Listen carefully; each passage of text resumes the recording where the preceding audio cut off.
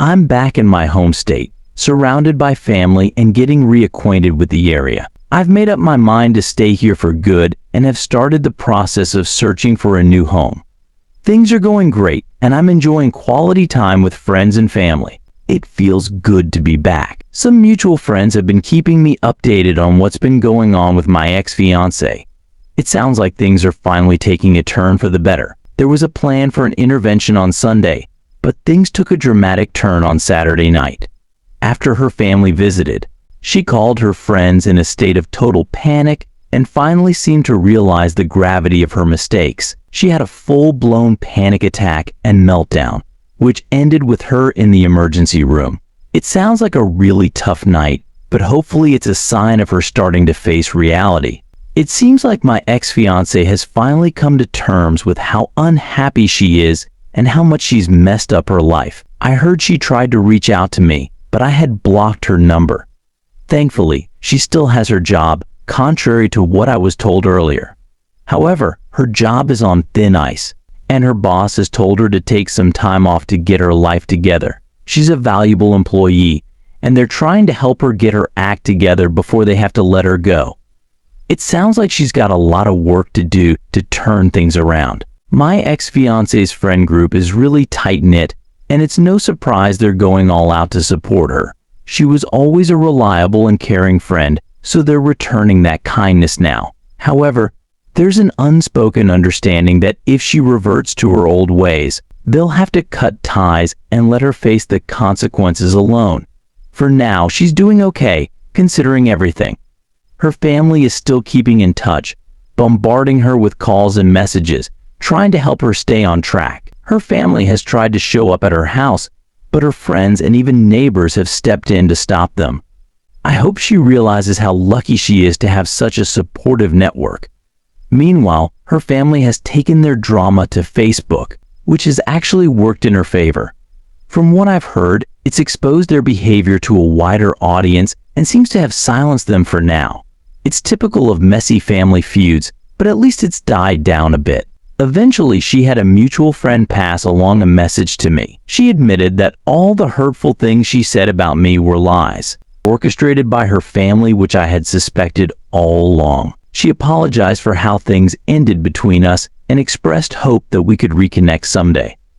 I had to tell her that, though I appreciate her apology, we need to stay apart for good and focus on our individual healing. I made it clear that I still care about her and wish her all the best. But this is our final goodbye. It seems like she's received the message and her friends are helping her come to terms with it. She's got a long journey ahead, but I hope she finds her peace, just as I'm finding mine.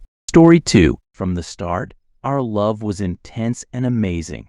Everything felt almost too good to be true until recently, when I discovered a shocking secret. My fiancé had been keeping it from me that he has a child. I found out from his cousin, who had one too many drinks and spilled the beans during a toast to our upcoming marriage. His words hinted that my fiancé had been engaged before and has a daughter from that previous relationship. Later, my fiancé confirmed the truth that he indeed has a 6-year-old daughter whom he's only seen once. I was stunned. Now, I need time to think about this revelation and process my emotions.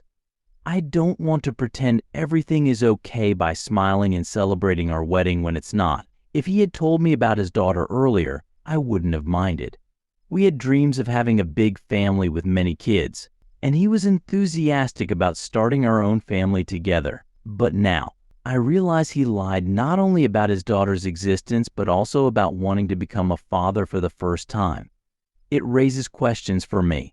How could he abandon his own child? What kind of father will he be to our future children? I need answers and time to think. I'm stuck in a nightmare I can't wake up from. Our wedding is already paid for, thanks to contributions from both our parents. I'm torn between my feelings and the fear of disappointing everyone who loves me and has done nothing wrong. I'm almost certain 90% that I need to call off the wedding to give myself space to think about whether I want to continue this relationship.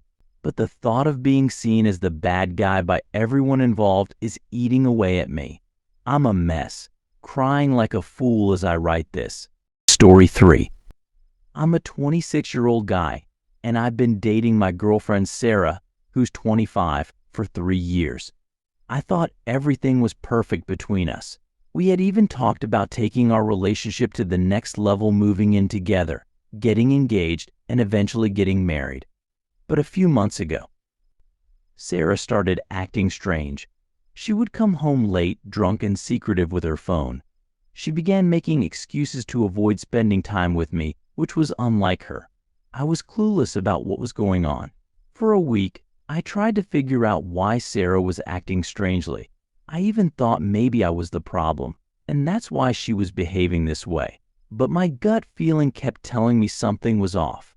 So, I decided to investigate and find out the truth. One night, while Sarah was fast asleep after a night of drinking, I went through her phone. I looked at her chats with her best friend, because that's usually where people share their secrets. I was stunned when I discovered she was having an affair with one of my friends. I confronted her about it, but she denied everything, even when I showed her the incriminating messages.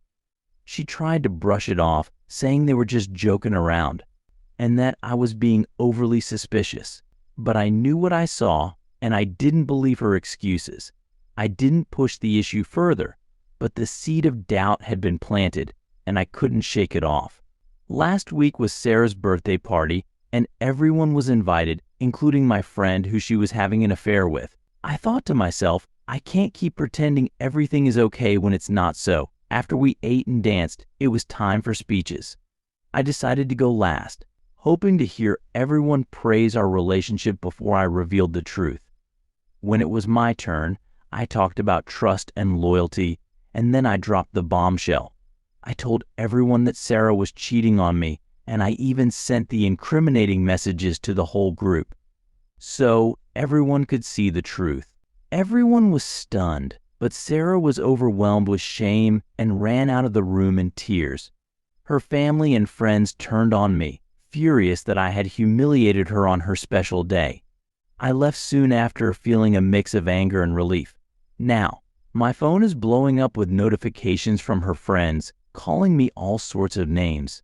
But I feel like she brought this on herself by betraying my trust. I'm still trying to process everything, but I know I deserve better than someone who would cheat on me and lie to my face.